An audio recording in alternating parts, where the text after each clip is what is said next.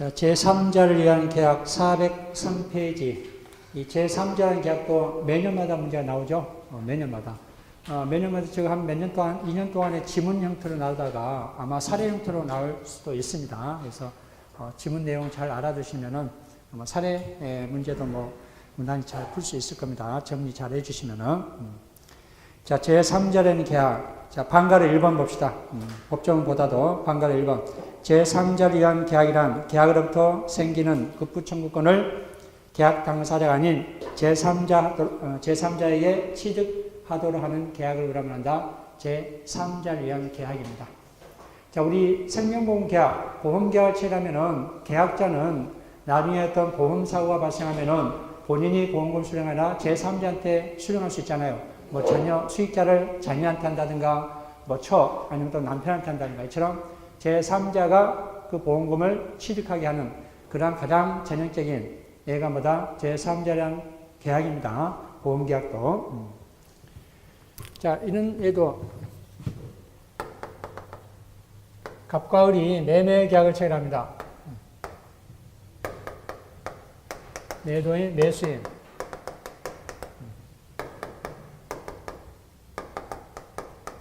자, 매매 계약 체결하면서 매수인이 매도인한테 지급할 대금을 누구한테? 계약 당사자가 아닌 제3자한테 취득해 하는 거. 이것도 뭐다? 제3자라는 계약입니다. 제3자. 자, 먼저 우리 이 제3자라는 계약도 삼면관계를 여러분이 잘 알아두셔야 합니다. 삼면관계를 통해서. 자, 이 갑과 병 간의 관계는 대가관계입니다.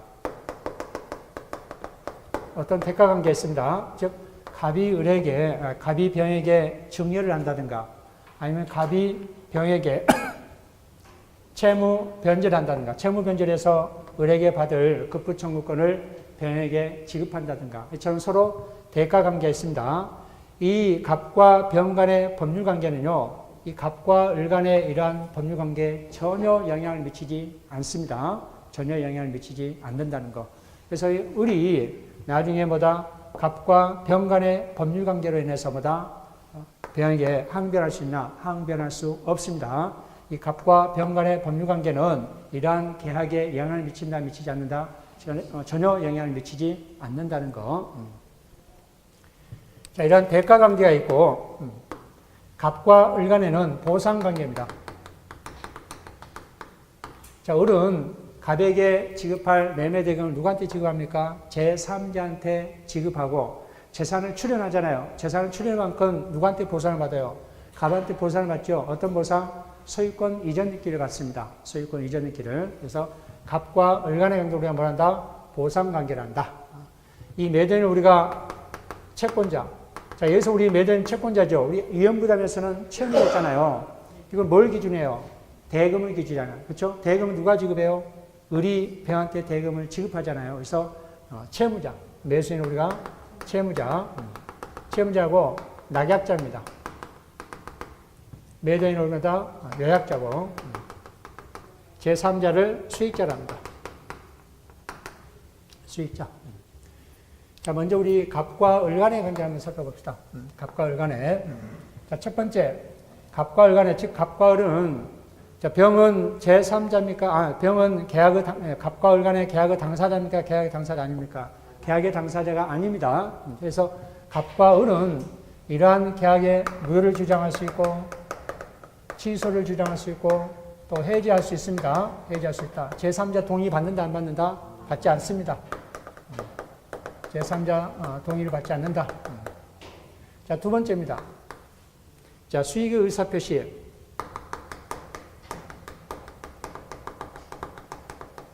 자, 수익의 의사표시는, 자, 병은 제3자는 수익의 의사표시를 해야 되잖아요. 그쵸?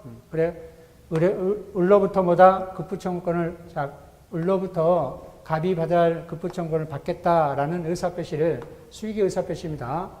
이러한 수익의 의사표시를 한 후에는 갑과 을의 이러한 계약은 변경할 수 있고 변경할 수도 없습니다. 변경도 안 되고 소멸도 시킬 수 없습니다. 수익 의사표시 한 후에는, 수익 의사표시 전에는요, 얼마든지 변경할 수 있고 소멸시킬 수 있습니다. 수익 의사표시 전에는 변경할 수 있고 또 뭐 할 수 있다? 소멸시킬 수 있다. 그렇지만은 수익의사표시를 한 후에는 갑과 을 간의 이러한 계약은 변경할 수 없고 소멸시킬 수 없다는 것. 그래서 갑과 을 간의 관계는 이 정도만 알아두면 됩니다. 자, 그러면 을과 병 간의 관계입니다. 자, 첫 번째, 을이 낙약자가 수익자한테 가지는 권리입니다. 수익자한테는 권리. 자, 첫 번째입니다. 자, 수익자 수익의사표시를 하지 않았다면 채굴 할 수 있죠? 채권권 행사할 수 있습니다. 누가? 을이 병에게 채권권 행사합니다. 너 수익의사표시를 할래? 하지 않을래? 라고 묻는 겁니다. 그렇죠? 아무런 확답이 없으면은 뭘로 본다? 수익의사표시를 거절한 것을 봅니다. 거절로 봅니다. 수익의사표시 거절로 본다. 자, 두 번째입니다. 자, 이건 더 중요합니다. 자, 을이 병에게 이행을 했습니다. 이행. 자, 이행을 했다는 거는 매매대금을 병에게 지급을 했다는 겁니다. 이행을 한 겁니다. 이행. 자, 이행을 했는데 갑과 을 간의 이러한 매매가, 이러한 갑과 을 간의 계약이 무효가 되거나 또는 취소가 되거나 해지가 되는 경우입니다. 자, 무효, 취소, 해지가 되면은 갑과 을 간의 계약이 무효, 해제, 취소가 되면은 갑은 을은 이행을 했습니까? 안 했습니까? 이행을 했잖아요. 누구한테 지급했어요? 병한테 지급을 했잖아요. 저처럼 무효, 취소, 해제면은 원상회복 해야 되잖아요. 이행을 했으면 다 돌려달라 할 수 있잖아요. 자, 부당이익반환 누구한테 해야 된다? 자, 지급한 병한테 해야 된다. 아니면은 요약자한테 해야 된다. 요약자한테 합니다.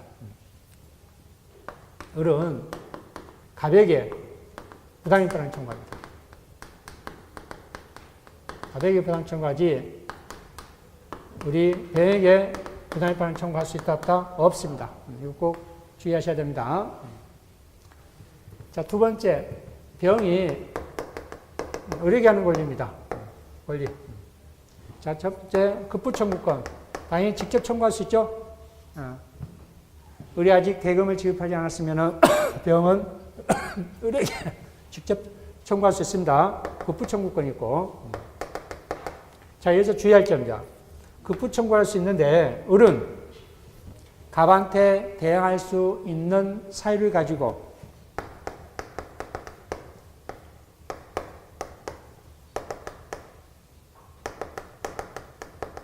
대항할 수 있는 사유를 가지고 병에게 대항할 수 있다 없다? 있습니다. 자, 병이 대금을 달라라고 청구를 합니다. 그렇죠? 청구를 합니다. 그럼 오늘은 자, 청구를 하게 되면은 매매 잔대금과 부동산 인도와 소유권 이전끼리는 무슨 관계예요? 동시 이행 관계입니다. 상대방이 부동산 인도와 소유권 이전기를 해주지 않기 때문에 대금을 보다 지급할 수 없다라고 거절할 수 있다 없다? 없다. 그래서 을이 갑한테 가지는 항변 사유를 가지고 누구한테 대항할 수 있다는 거예요? 수익자한테 대항할 수 있다. 주의할 점은 자, 을은 갑과 병 간의 법률 관계에서 발생하는 사유를 가지고 이 수익자한테 대항할 수 있다 없다? 없습니다. 전혀 관계없다 했어요. 이 갑과 병 간의 법률 관계는 이러한 법률 관계에 영향을 미친다, 미치지 않는다? 영향을 미치지 않습니다. 그것만 주의하시면 됩니다. 자, 두 번째입니다. 자, 을의 수익자 수익자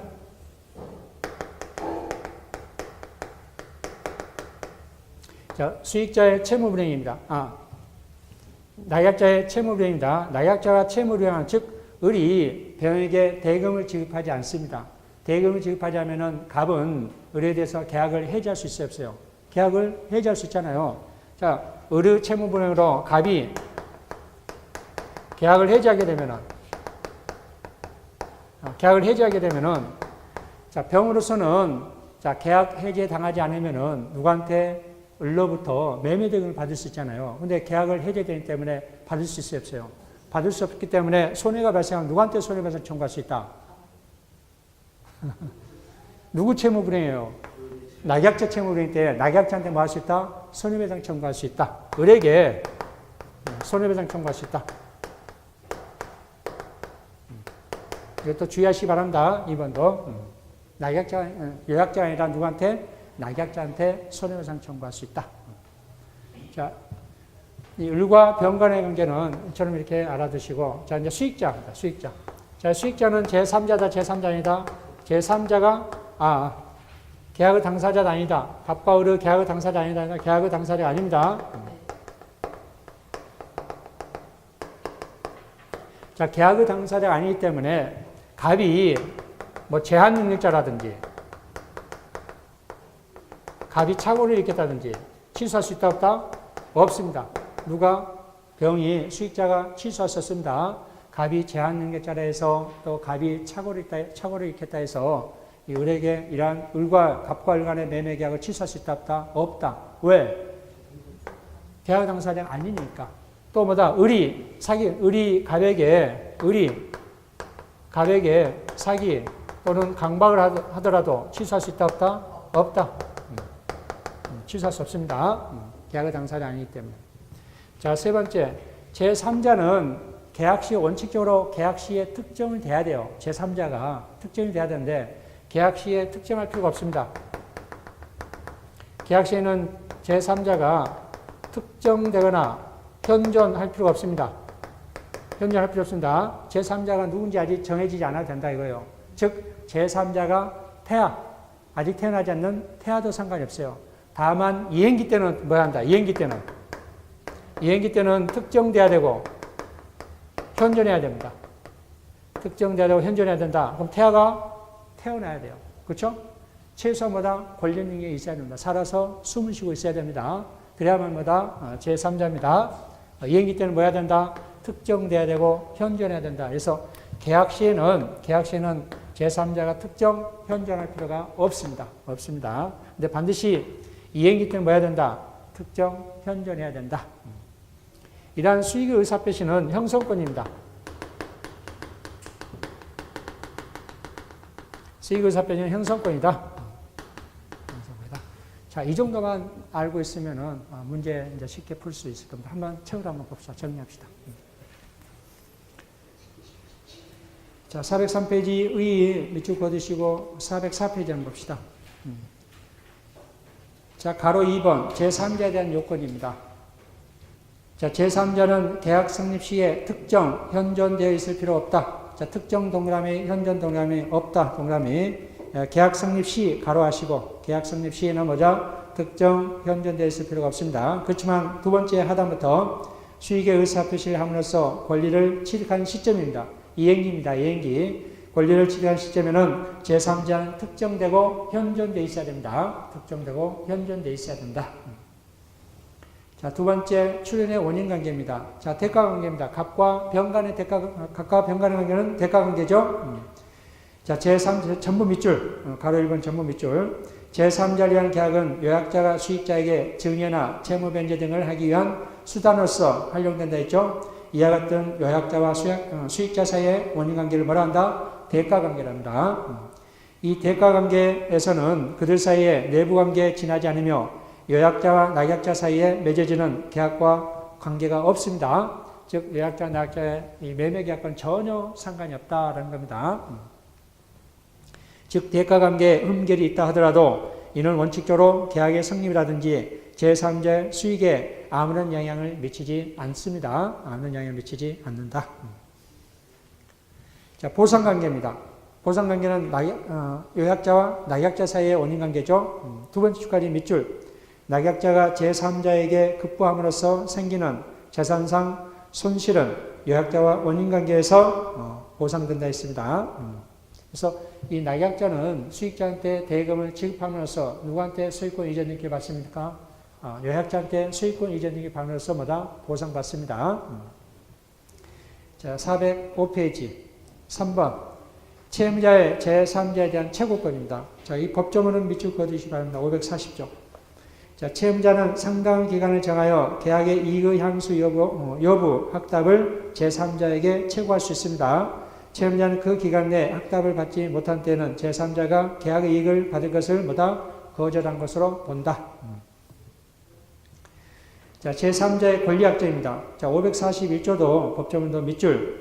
자, 제3자의 권리가 생긴 후, 제3자의 권리가 생긴 후입니다. 그거는 수익의사표시입니다. 수익의사표시 후입니다. 수익의사표시 후, 수익의사표시 후 뜻합니다. 수익의사표시 후에는 당사자는 이를 변경, 동그라미, 소멸, 동그라미, 못한다, 동그라미, 변경, 소멸시키지 못합니다. 자, 5번. 채무자의 항변권입니다. 자, 이 채무자, 이 낙약자 항변권은 갑한테 대항할 수 있는 사유를 가지고 수익자한테 대항할 수 있지, 갑과 병 간의 법률관계에서 생긴 사유를 가지고 병한테 대항할 수 있다, 없다? 없다. 그것만 주의하면 됩니다. 항변 사유는. 그게 문제 잘 나옵니다. 자, 계약에 기한 항변권입니다. 그래서 계약. 낙약자는 요약자의 계약에 기한 항변으로 수익자한테 대항할 수 있습니다. 수익자한테 대항할 수 있다. 밑줄 그어두시고 그 다음 페이지 봅시다. 대가관계에 기한 항변입니다. 갑과 병 간의 법률관계에서 이러한 항변권이 할 수 있다, 없다는 뜻입니다. 자, 두 번째 줄부터 밑줄. 두 번째 하단부터. 낙약자는 요약자와 수익자 사이의 법률관계에 기한 항변으로 수익자에게 대항하지 못하고, 요약자도 대가관계 부존재라든지 효력 상실을 이유로 자신의 기본관계에 대하여 낙약자에게 부담하는 채무이행을 거부할 수 없습니다.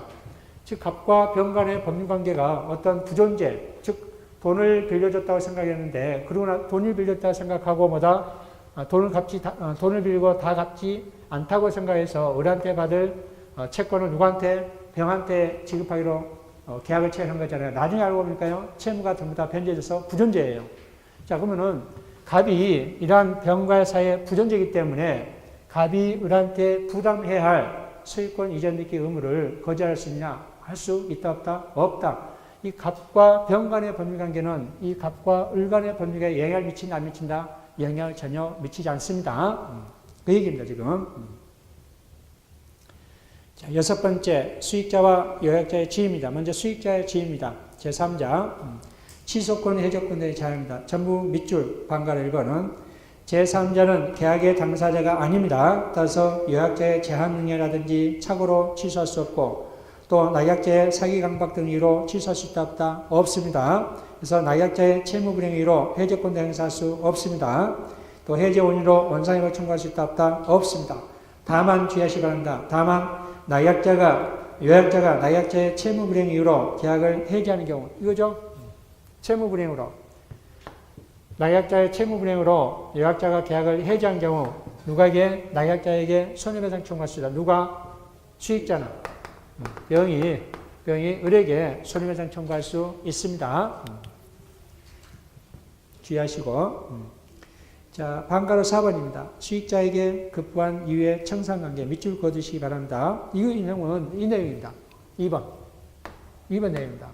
자, 을이 병에게 이행을 한 후에 갑과 을 간의 매매 계약이 해제되거나 취소되거나 무효가 되면 원상회복해야 되잖아요. 그렇죠? 을은 병한테 지급했지만 원상회복은 누구한테 한다? 부당 이득은 갑한테, 요약자한테 한다. 그렇죠? 누구한테 지급했지만은, 병한테, 수익자한테 지급했지만은, 부당일 바는 누구한테 달라간다? 갑한테 달라간다. 그 내용입니다. 그래서 407페이지 3단까지 밑줄. 자, 요약자의 지위입니다. 갑입니다. 요약자는 채권자로서 낙약자에게 제3자에 대한 의무를 이행할 것을 청구할 권리를 가지죠. 또 계약의 당사자로서 취소권이라든지 해제권 행사할 수 있습니다. 자, 수익의사표시 한 후에도 해제권 행사할 수 있다는 거. 즉, 제3자 동의를 얻는다, 얻지 않는다? 얻지 않고 얼마든지 해제 또는 취소 또는 무효를 주장할 수 있습니다.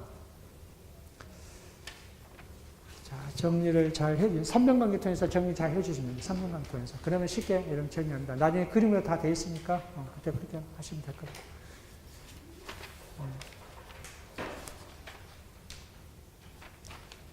너무 그 요약서를 믿게끔 만드네.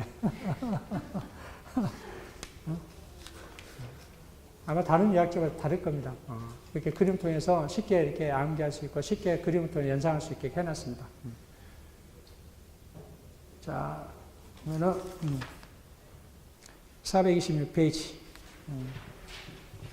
12번 봅시다. 작년에 했던 문제입니다.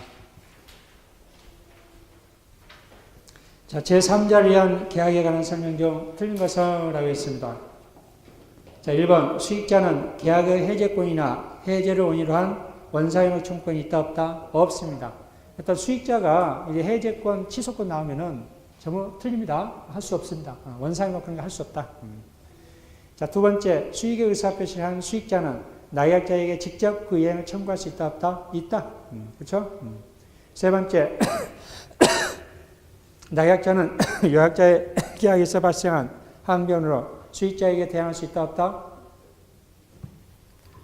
자, 나약자는 요약자한테 대항할 수 있는 사례를 가지고 대항할 수 있다 없다? 있다. 그렇지만 갑과 병 간의 법률관계에 관한 항변 사유를 가지고 을은 병한테 대항할 수 있다 없다? 없다. 지금 을은 요약자한테 가지는 항변 사유를 가지고 대항할 수 있다 없다? 있다. 틀렸어 말했어요. 틀렸잖아요. 그렇죠? 대항할 수 없다 했죠? 대항할 수 있습니다. 426페이지 12번 문제입니다. 자, 4번 봅시다. 채무자와 그러니까 4번, 5번은 어렵지만은 4번, 5번 몰라도 이미 답이 기본적인 내용만 알아도 문제 풀 수 있게끔 해놨다니까. 제가 아까 그랬잖아요. 모르는 지문들은요, 될 수 있는 답을 하지 않아요. 그렇죠? 우리 책이 없고 모르는 지문들은. 그래서 기본적인 내용에서 함정을 빠뜨립니다. 그것만 여러분들이 주의하면 됩니다. 그러니까 나중에 보면은 책에 이게 안 봤던데 라고 나면은 답으로 하면 안 돼요. 그러니까.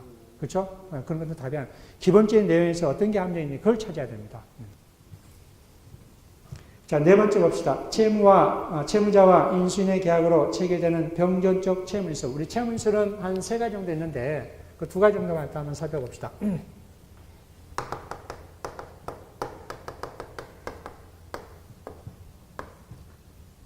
갑이 을에게 돈을 대해주고 채권자입니다.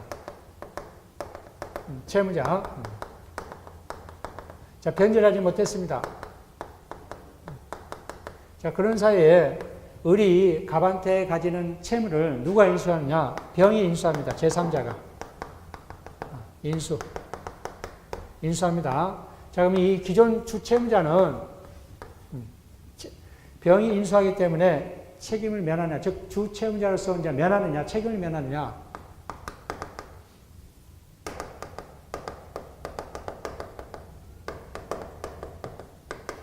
책임을 면하면은 면책적 채무인수입니다. 이제 을은 채무로서 벗어나고 누가 이제 책임진다는 거예요. 병이 책임진다. 이게 우리가 말하는 다 면책적 채무인수입니다. 면책적 채무인수입니다. 채무자 책임을 면하지 않는 거예요. 채무자 책임을 면하지 않는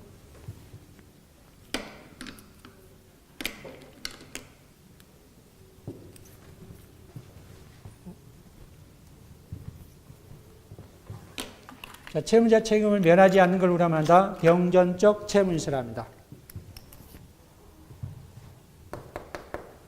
즉 을과 병이 연대해서 연대가 책임집니다. 연대 책임집니다. 채무는 면하지 않습니다. 그대로 뭐다? 병과 연대해서 책임지는 걸 우리가 말한다. 병존적 채무인수입니다.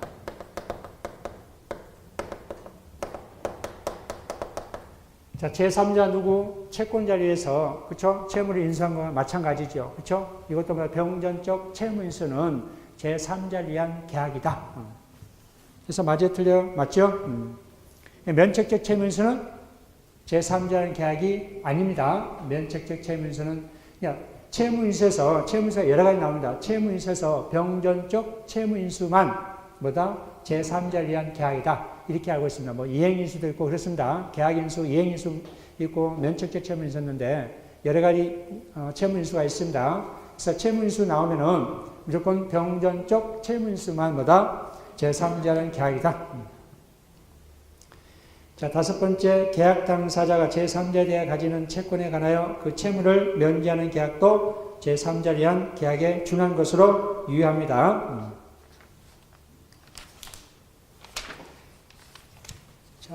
그 다음, 지금 이제 계약 효력을 살펴봤고, 그다음에 해제, 해지입니다. 계약의 해제, 해지입니다.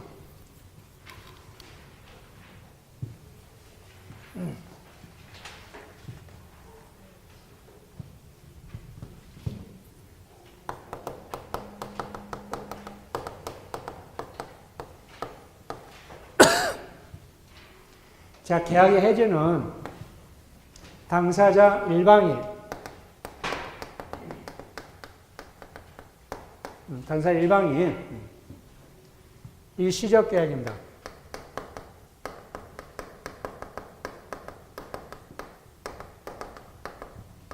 당사자 일방이 일시적 계약입니다. 일시적 계약을 해소해서 계약이 처음부터 발생하지 않는 겁니다.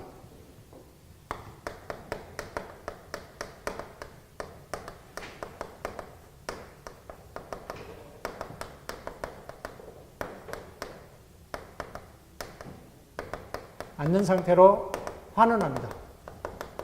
환원합니다. 이걸 우리가 뭐란다? 해제란다. 해제.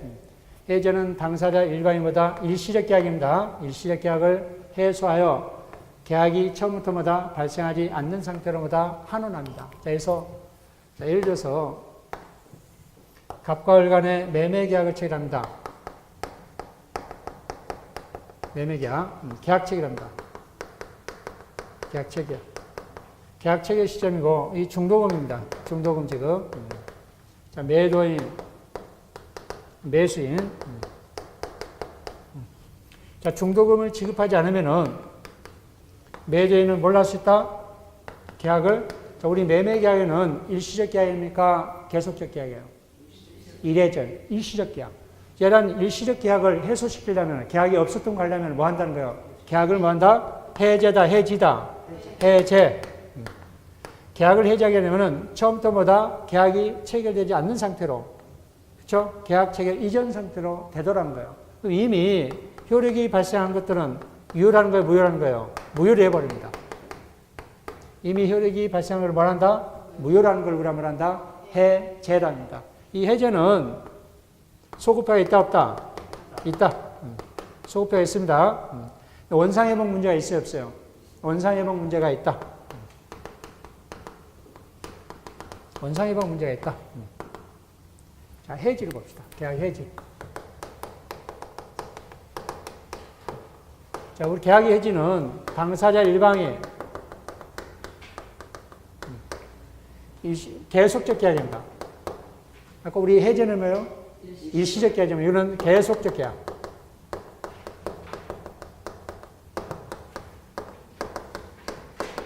계속적 계약을 해소해서 계약이 장래되어 효력을 소멸하는 겁니다. 이 제도를 우리가 말한다? 해지랍니다. 해지. 해지는 계속적 계약입니다. 계속적 계약이고 장래대항의 효력이 소멸, 장래대항의 효력이 소멸합니다. 소급표가 있다는 것 없다는 거예요. 없다는 거예요. 자, 예를 들면은 갑과 을 간의 임대차 계약처럼 합시다. 임대인, 임차인.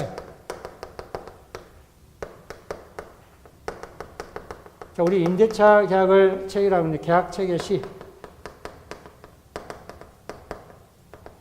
자, 이건 만료를 합시다. 이 시기는. 자, 근데 임차인이 임차인이 차임을 지급하는 차임 연체입니다. 우리 차임 연체하게 되면 임대차 계약을 뭘 할 수 있다? 임대차 계약을 우리 임대차는 계속적 계약이에요? 일시적 계약이에요? 계속적 계약. 이 계속적 계약을 해소시키려면 뭘 한다? 계약 해제다, 해지다. 해지. 해지입니다. 해지. 자, 우리 해지하게 되면은 기존에 있는 이 계약은 그대로 유효합니다. 자, 근데 우리 해제는 뭐라 했어요? 이미 발생한 것은 무효로 한다 했잖아요. 소급표가 있기 때문에. 유효하고 해제한 때부터 장래향의 효력이 섭니다. 장래향의 소멸합니다. 그래서 이때부터는 장래보다 효력이 소멸한다. 이걸 우리가 말한다. 해지랍니다. 해지. 해지는 소급표가 있다, 없다? 없다. 원상회복 문제가 있다 없다? 없습니다. 이행하지 장래하여 소멸하니까 그렇죠? 원상회복 문제가 발생하지 않습니다. 자, 이 점에서 해제와 해지가 차이 있고 나머지 건 전부 다 해지 규정, 해지에 사용하는 해제 규정을 준용합니다. 그렇죠? 이것만 알아두시고 그래서 우리가 해제만 공부하면은 나머지 것만 다 해지 전부 다 준용합니다. 그래서 해제, 해지 이렇게 구별하시고 한번 봅시다. 407페이지 해제의 의의. 자, 두 번째까지 밑줄. 유하게 성립하고 있는 계약의 효력을 당사자 일방의 의사표시에 의해서 그 계약이 처음부터 없었던 것 같은 상태로 복귀시키는 계약을 우리가 뭐란다? 해지란다. 해제란다. 우리 해지하게 되면은 사유가 있습니다. 사유가 두 가지 있습니다. 우리 법에 규정되어 있고 하나는 뭐다? 당사자 약정에서 뭐다? 해제 사유를 정할 수 있습니다. 당사자 약정에서 해제 사유를 정한 거가 약정 해제권. 법의 규정령으로 법정 해제권입니다. 자, 여러분 계약서를 보면은 우리 임대차 계약서 우리 중요한 계약서를 보면은 어떤 계약 해제 사유, 해지 사유를 쭉 나열하잖아요. 이러한 해제 사유가 발생하면은 해지할 수 있고 또 이러한 사유가 발생하면 해지할 수 있다라고 사유를 쭉 적어놓습니다. 이건 뭐다? 약정 해제권입니다. 그러한 해제권 유보사항은 해제권은 뭐다? 유보합니다. 유보하고 그러한 사유가 발생하게 되면은 최고 필요 없이 바로 모을 수 있다 해제권을 행사할 수 있다. 이게 이제 약정 해제권입니다. 그래서 두 번째 줄 밑줄. 당사자가 계약으로 미리 약정한 해제 사유가 발생한 때는 즉 해제권을 유보했다가 나중에 그러한 사유가 발생하게 되면은 해제권을 발생하는 때 인정되는 해제권을 뭐라 한다? 약정 해제권을 한다. 자, 주의할 점은 최고를 요하지 않고 즉시 뭐 할 수 있다? 해제할 수 있고 또 소유권 청구권이 인정된다 안 된다? 안 됩니다. 그까지 밑줄. 자, 법정 해제권 봅시다. 우리 법에 규정되어 있는 거. 법정 해제권.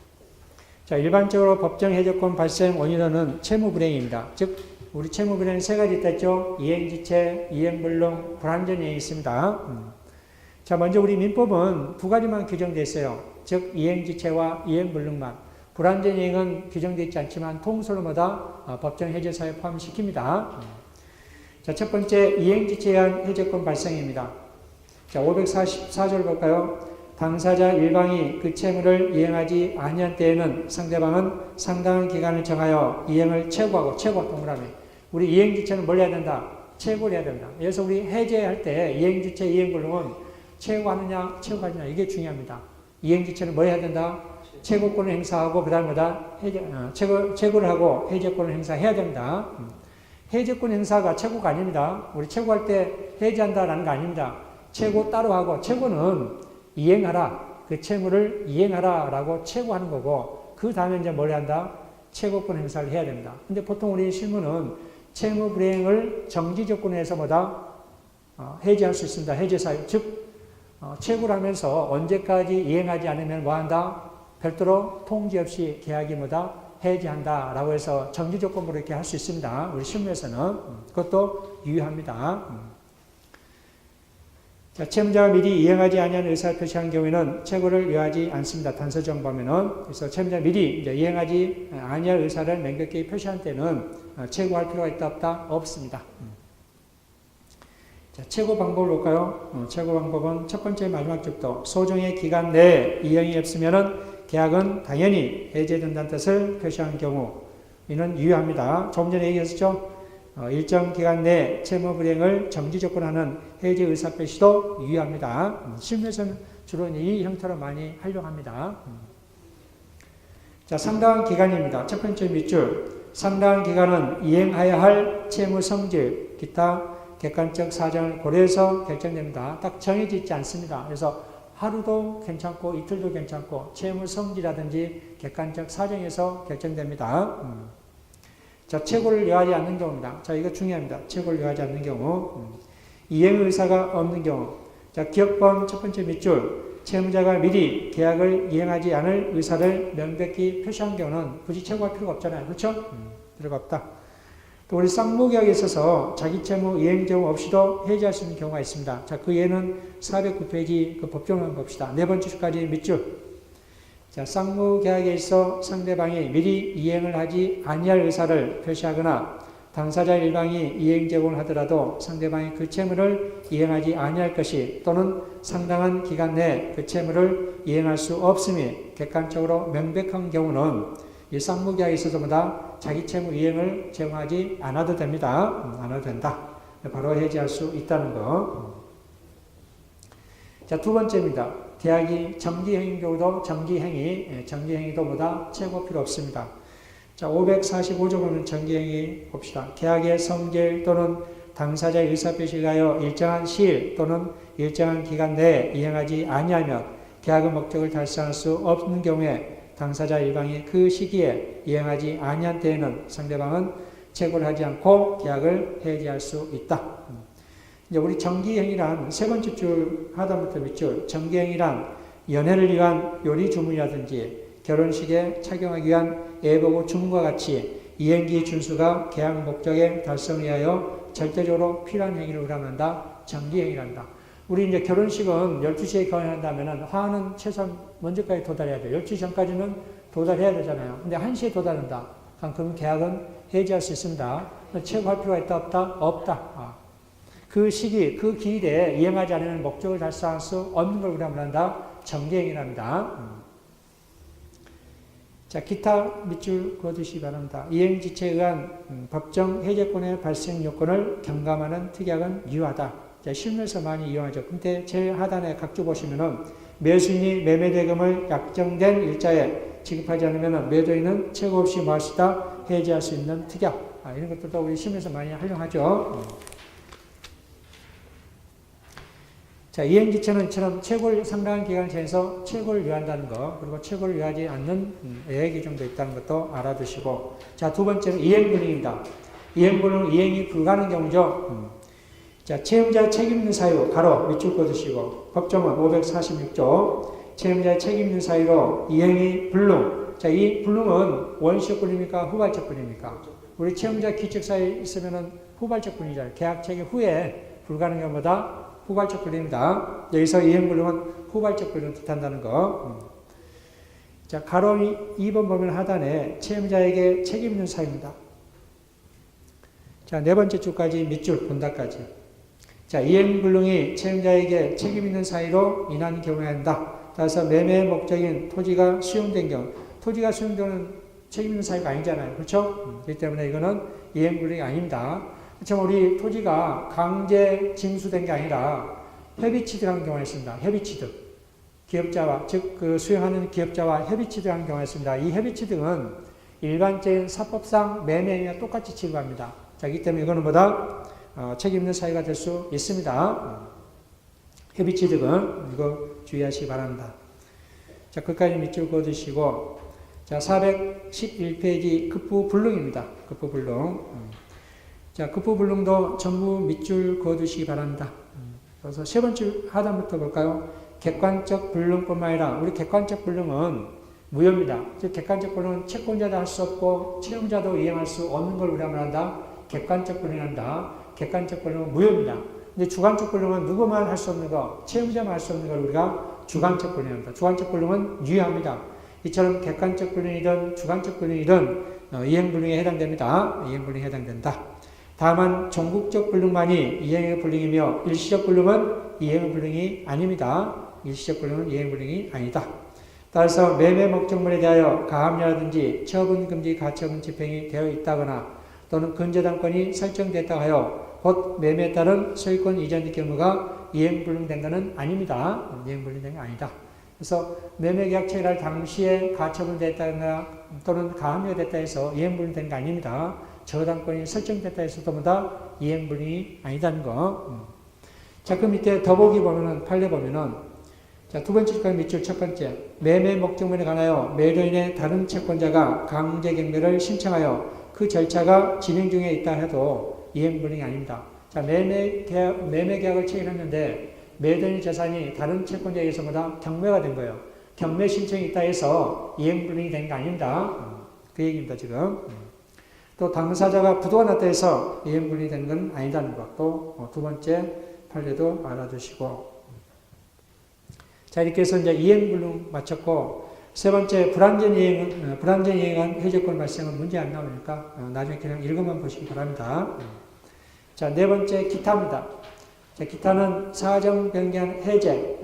자, 첫 번째 방가로 1번 밑줄. 자, 사정 변경 1호 해제 동그라미 해제를 인정하는 구체적인 예는 없다. 있습니다. 한 2015년도에가 이 해제를 사정 변경한 해제를 할 수 있다는 즉 조건이 5가지 하는 요건이 갖춰지면은 해제할 수 있다는 전향적인 판례가 나왔습니다. 이제까지 그 판례는 그전 판례는 이처럼 사정 변경 해제권을 행사할 수 없습니다. 일단 그렇게 알아두시기 바랍니다. 아마 그 문제는 안 나올 겁니다. 일단은 그래도 사정 변경 해제할 수 있다 없다? 없다. 이렇게 알아두시고 412페이지 자, 방가로 2번 전부 밑줄 자, 사정 변경 해지 동그라미입니다. 사정 변경 해지는 가능합니다. 해제는 할 수 없어도 해지는 가능하다라는 겁니다. 자, 그 사례가 무슨 사례냐면은 회사의 이사라는 지위에서 부득이 회사의 제3자에 대한 계속적 거래, 계속적 거래, 로 인한 채무에 대하여 연대보증이 된 자가 그 후에 퇴사하여 이사의 지위를 떠난 때에는 보증계약 성립 당시 사정에 현장 변경이 생긴 경우에 해당되어 이를 이유로 보증계약을 해지할 수 있다. 자, 회사 이사가 회사를 위해서 연대보증하게 됩니다. 연대보증할 때 계속적 거래라 있죠. 이 계속적 거래는 채권이 확정돼 있다 안 됐다. 채권이 확정되지 않는 상태에서 연대보증한 겁니다. 자, 그럼 나중에 이사가 퇴사를 하게 되면은 이거는 뭐다? 사정 변경이 있기 때문에 연대보증 계약을 해지할 수 있다 없다? 해지할 수 있다. 자, 주의할 점은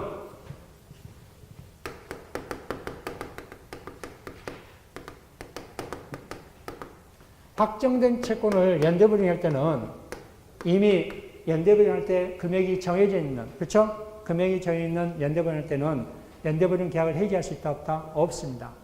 계속적 거래관계 생기는 불확정된 채권을 연대보증했을 때는 나중에보다 퇴사하게 되면은 연대보증 계약을 해지할 수 있지만은 확정된 채권을 연대보증했을 때보다 보증계약 해지할 수 없다는 거 이거 주의하시기 바랍니다. 다른 곳에서 문제 잘 나오는데 아직 공인중개사 문제 아직 안 나왔었습니다. 그래도 알아두시기 바랍니다. 자, 가로 2번입니다. 부수적 의무 불이행과 해제입니다. 부수적 의무 불이행과 해제. 자, 종된 급분하든지 부수적 의무 불이행으로 계약을 해지할 수 있다 없다? 없습니다. 그러니까 전부 밑줄 그어두시기 바랍니다. 저는 부수적 의무 위반으로 계약을 해지할 수 있다 없다? 없습니다. 예를 들어서 제세 공값을 누가 부담한다? 매수인이 부담한다 했는데 매수인이 부담하지 않는다 해서 매매 계약을 해지할 수 있다 없다? 없다. 또 우리 다운계약서를 작성하기로 했는데 다운계약서를 작성하지 않았습니다. 그렇다 해서 매매계약 해지할 수 있다 없다? 없다. 이처럼 부수적 의무 불이행으로 계약을 해지할 수 있다 없다? 없습니다. 자, 채권을 요하는지 여부 그 두 양 표 있죠? 이것도 잘 알아두시기 바랍니다. 문제 잘 나오니까. 자, 해제권 행사입니다. 자, 해제권 행사도 문제 잘 나옵니다. 아무튼 해지는 매년마다 문제 꼭 한 문제씩 나옵니다. 한 문제씩. 아마 27회인가 28회 때인가 작년에 한 문제인가 27회 때가 두 문제 나왔어요. 해지 이렇게 두 문제 나왔는데 대체적마다 한 문제 이상 꼭 나온다는 거. 자, 543조 봅시다. 1항 계약 또는 법률의 규정에 의하여 당사자 일방이나 쌍방이 해지 또는 해제의 권리가 있는 때 그 해제 또는 해제는 상대방에 대한 의사표시란다. 우리 해제라든지 해지는 의사표시 하잖아요. 그 의사표시가 상대방한테 도달한 때 효력이 발생합니다. 우리 해지는 단독행위잖아요. 상대방이 있는 단독행위다. 상대방이 없는 단독행위다. 상대방이 있는 단독행위. 우리 상대방이 있는 단독행위는 그 의사표시가 상대방한테 도달한 때 효력이 발생한다 했습니다. 자, 2항 의사표시 처리하지 못한다. 밑줄. 의사표시는 처리하지 못한다. 자, 일단은 그 의사표시가 상대방한테 도달하게 되면은 처리할 수 있다, 없다? 없다. 근데 옆에다 메모해 주셔야 합니다. 상대방 동의가 있으면은 가능합니다. 상대방 동의가 있으면 가능합니다.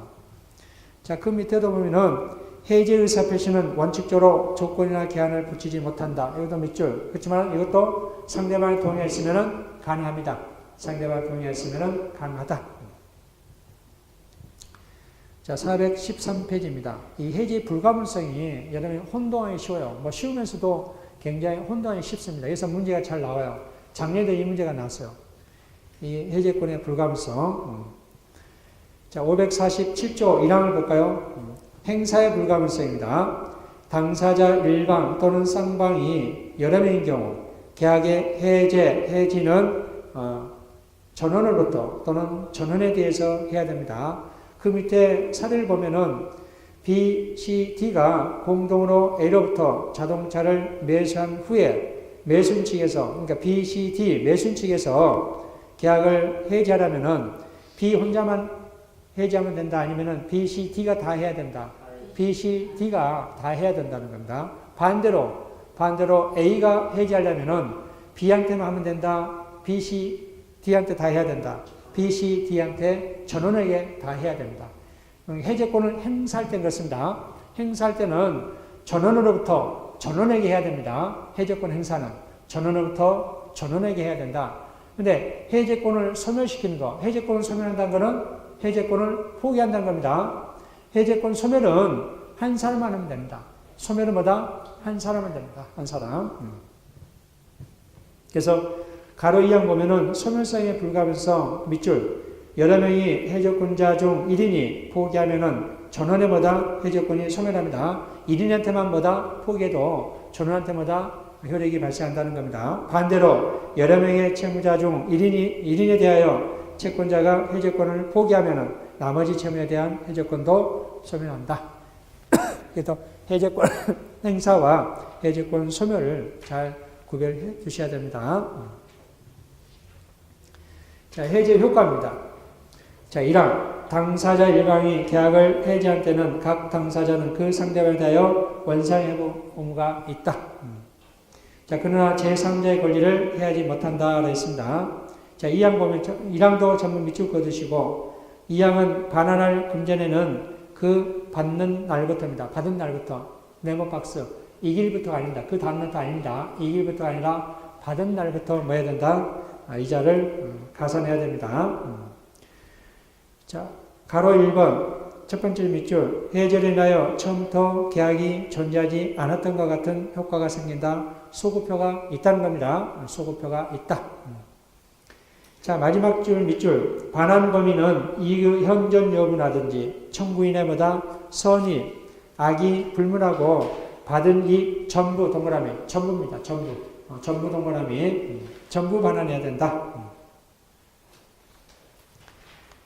자, 우리 취소를 하게 되면은 이행을 했으면은 부당이익 반환할 수 있잖아요. 부당이익 반환. 그 부당이익 반환과 우리 해지할 때 원상회복과 달라요. 이 해지 원상회복이 더 범위가 넓습니다. 어찌 보면은. 자, 그렇기 때문에 이 해지는 무조건 선의 악이 상관없이 우리 취소할 때는 자, 부당이익 반환할 때는 상대방이 선이면은 현존 이익만 반환하면 된다 했잖아요. 이거는 해지는 현존 이익도 상관없습니다. 무조건 뭐다? 전부. 이익을 받는 전부 뭐 해야 된다? 반환해야 됩니다. 그거 다릅니다. 자, 반가로 2번. 자, 414페이지. 414페이지 원상여부입니다. 원상여부. 자, 첫 번째 가로 1번 밑줄, 두 번째 줄까지. 물건이 그대로 남아있으면 그 물건을 반환해야 된다. 원물 반환이 원칙입니다.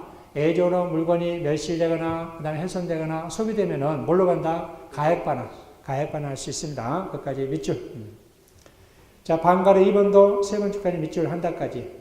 매매 계약이 해제된 경우 매도인의 매매대금 반환 의무와 매수인의 소유권 이전 등기 말소 등기 절차 의무가 동시행 관계가 있는지 여부와 관계없이 매도인은 반환할 매매대금의 연 5분의 법정 이자를 가산하여 뭐야 한다? 지급해야 된다.